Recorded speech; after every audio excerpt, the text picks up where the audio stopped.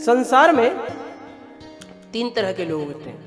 एक जिनका भाग्य भी बढ़िया और विद्या भी बढ़िया, तो दो बहुत वे लोग अच्छे पोस्ट पर, अच्छे जीवन में अच्छे कार्य कर अच्छा सब कुछ उत्तम कोटि का प्राप्त करते हैं। एक लोग वो होते हैं जिनके भाग्य में कुछ लकीर ही नहीं होती महाराज। एक दिन एक ने प्रश्न किया, भैया आप लोग कहते हैं, आप लोग ये कहते हैं कि हाथों की लकीर मनुष्य का जीवन बता देती है, तो हाथों की लकीरों पर मत जाओ भाई, हाथों की लकीरों पर मत जाना। जिनके हाथ नहीं होते जन्नत तो वो भी देखते हैं, स्वर्ग के दर्शन तो वो भी करते हैं।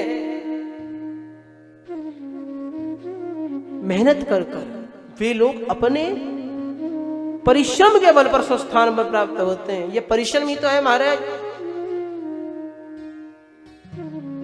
जो कभी 10 रुपए की चाय बेचा करता था, आज प्रधानमंत्री की कुर्सी पर है महाराज। इसे परिश्रम कहा जाता है।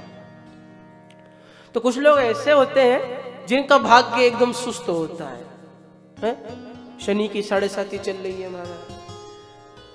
जिस घरवाली और संतान के लिए सारा जीवन कष्ट उठाया, वही आज आंख दिखाए तो डर के बैठ जाते हैं। तुम्हारा भाग्य बड़ा मंद है, मंद भाग्य उपद्रता। लेकिन अपने परिश्रम के बल पर वे लोग अपना कार्य कर लेते हैं। और कुछ लोग संसार में ऐसे होते हैं जो नंबर 1 के महाआलसी, पर एक परिश्रम करने की जरूरत ही नहीं है।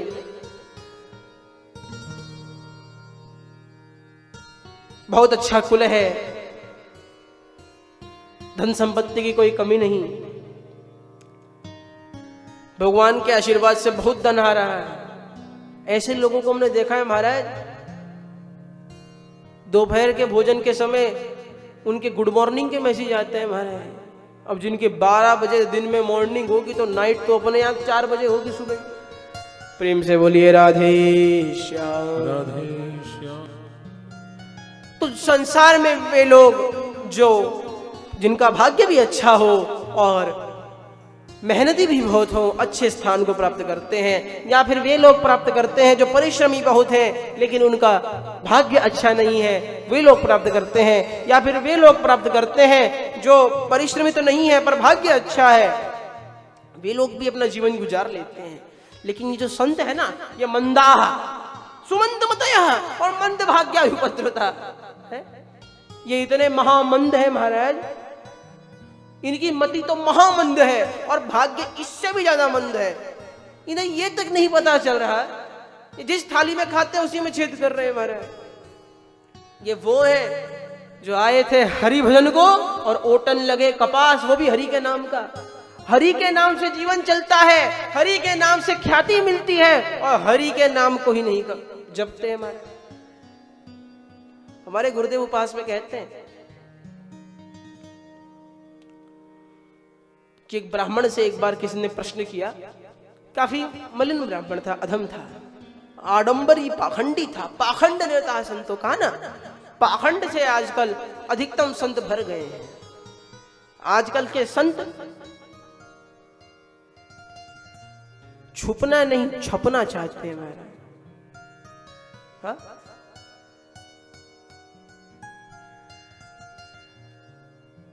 तो एक से पूछा ब्राह्मण से, भैया आप पलांडू प्याज खाते हो? अरे हरी हरी हरी हरी हरी ना महाराज। और अच्छा चलो अच्छी बात है। अरे मांस खाते हो? तो शिर शिर शिर शिर शिर। वो बेचारा संत को देखा, बड़ा प्रसन्न हुआ। महाराज वाह, ये ब्राह्मण तो बहुत अच्छा है, ये तो ना मांस भक्षण करता है ना पलांडु भक्षण करता है, ये उत्तम संत है, इनको जो है दान दक्षिणा दे दी जाए। यजमान ने देख लिया, क्योंकि वर्तमान में तो महाराज जिसने जनेऊ पहन लिया, शिखा धारण कर ली, पलांडुबाजी से का भक्षण नहीं करता, वही ब्राह्मण समझते हैं लोग उसी को। तो बाद में जब दान देने वाले थे तब जाकर उस ब्राह्मण का भक्त अच्छा ये भी तो बात है ना, अधिकतम ब्राह्मण समाज में या कहीं भी आप देखो, हर कोई एक दूसरे की टांग पकड़कर खींचकर नीचे गिराना चाहता है। मैं नहीं, मैं तो मरूंगा, तुझे भी लेकर जाऊंगा महाराज। तो दूसरा अगर बोला अरे उसको मत देना, अरे उसने तो मुझसे कहा कि वो प्याज नहीं खाता। अरे तुम्हें समझ में नहीं आया क्या? अरे आपने क्या पूछा कि भगवान पलांडुम भक्षति, आप पलांडु खाते हैं? तो उसने बोला हरी हरी हरी हरी हरी, तो इसका मतलब हरे प्याज खाता है, साधारण प्याज नहीं खाता। अच्छा तो लेकिन वो मांस तो भक्षण नहीं करता, चलो पलांडु खाते भी है तो मांस तो भक्षण नहीं, अरे मांस भी खाता है। क्यों? मांस भक्षण के लिए जब पूछा आपने क्या कौन मांस भोजन करोती, तो बोला शिर शिर शिर, सिर का मांस खाता है बस, और कुछ नहीं खाता। तो संत आजकल पाखंड का आश्रय लेकर पतित होते जा रहे हैं। जिन संतों के श्री चरणों में विद्या आश्रय लेकर गई थी, ऋग्वेद में, ऋग्वेद की ऋचा है विद्या हवई ब्राह्मण मां जगाम गोपायमान, विद्या हवई ब्राह्मण मां जगाम गोपायमाम संस्कृभ्यो अस्मि अश्रूयता नृजते यथाया मां ब्रूया वीर्यवती यथा स्यात्। हे ब्राह्मणों, मैं आपकी शरण में आती हूं, आप कृपा कर मेरा उद्धार कीजिए, मेरा रक्षण कीजिए, मुझे उन लोगों से बचाइए जिसे मुझे धारण करने की क्षमता ना हो। सिंह का दुग्ध स्वर्ण के पात्र में जाता है, साधारण पात्र में डालोगी तो दूध नहीं रहेगा। ऐसे ही विद्या हर किसी को नहीं देनी चाहिए। तो संतों में भ्रमण कर कर मेरा मन बड़ा खिन्न हुआ। अरे महाराज ऐसा पाखंड ओढ़ रखा है, अरे भैया बाप रे बाप, ये महल किसका है? बैरागी जी महाराज का। है? ये बच्चे किसके घूम रहे हैं? ब्रह्मचारी जी महाराज। ये डीजे कहां बज रहा है? अरे मौनी बाबा के आश्रम में। इतना परिग्रह करने लगे हैं संत।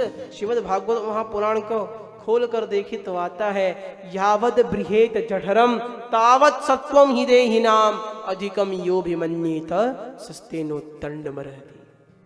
आपके भोजन के पात्र में, ध्यान से सुनना महाराज, पर्याप्त भोजन है, पर मटर पनीर आज बढ़िया बनना है तो एक पीस ज्यादा ले लिए स्वाद के चक्कर में, और फिर थाली में ही छोड़ के भग गए।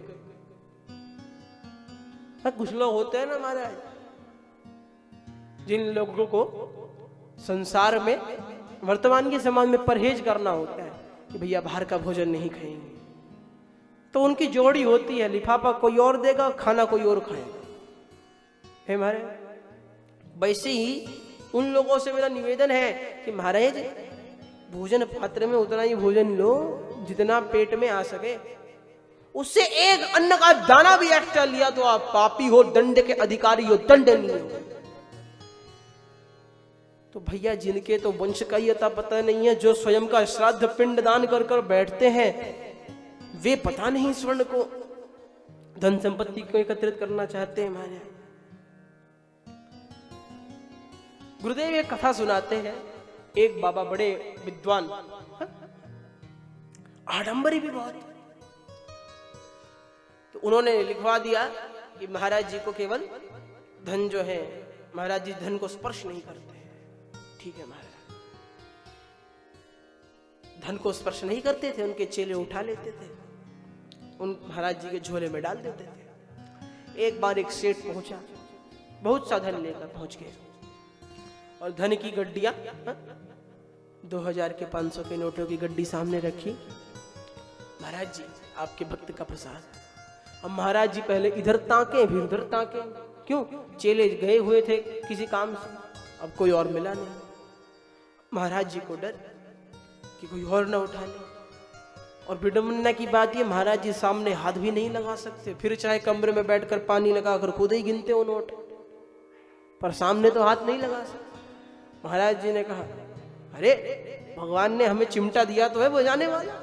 झोले से चिमटा निकाला, चिमटे से गड्डी पकड़कर झोले के अंदर। बोले क्यों? हाथ ही तो नहीं लगाना है, चिमटे से तो रख सकते, प्रेम से बोलिए राधे श्याम। राधे श्याम।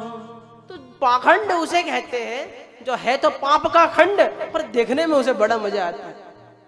वो धर्म जो करने में अच्छा लगे पर परिणाम उसका बुरा हो, वो है पाखंड, जिसका मिलता है बहुत बड़ा दंड। तो संतों से मेरा मन बड़ा खिन्न हुआ। सोचा चलो गृहस्थों के यहाँ जाया जाए, क्या पता वहां मुझे अच्छा संकीर्तन मिले। तो मैं जब गृहस्थों के यहाँ गया, वहां तो कुछ और ही स्थिति है हमारा। सत्यम नास्ति तपः शौचम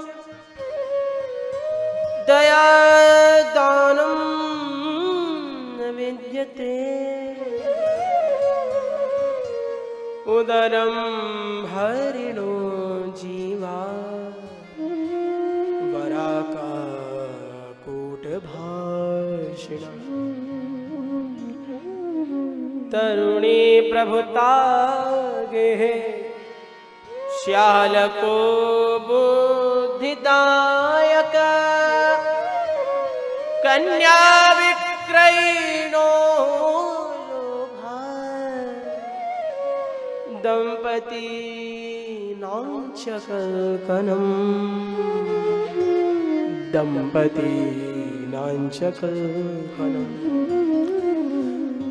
बोले कलयुग के गृहस्थों में तो सत्य, दान, तपः, शौच आदि सब कुछ खत्म हो गया है। उदरम भरिणो जीवाहा वराहा कूटभाषिणा।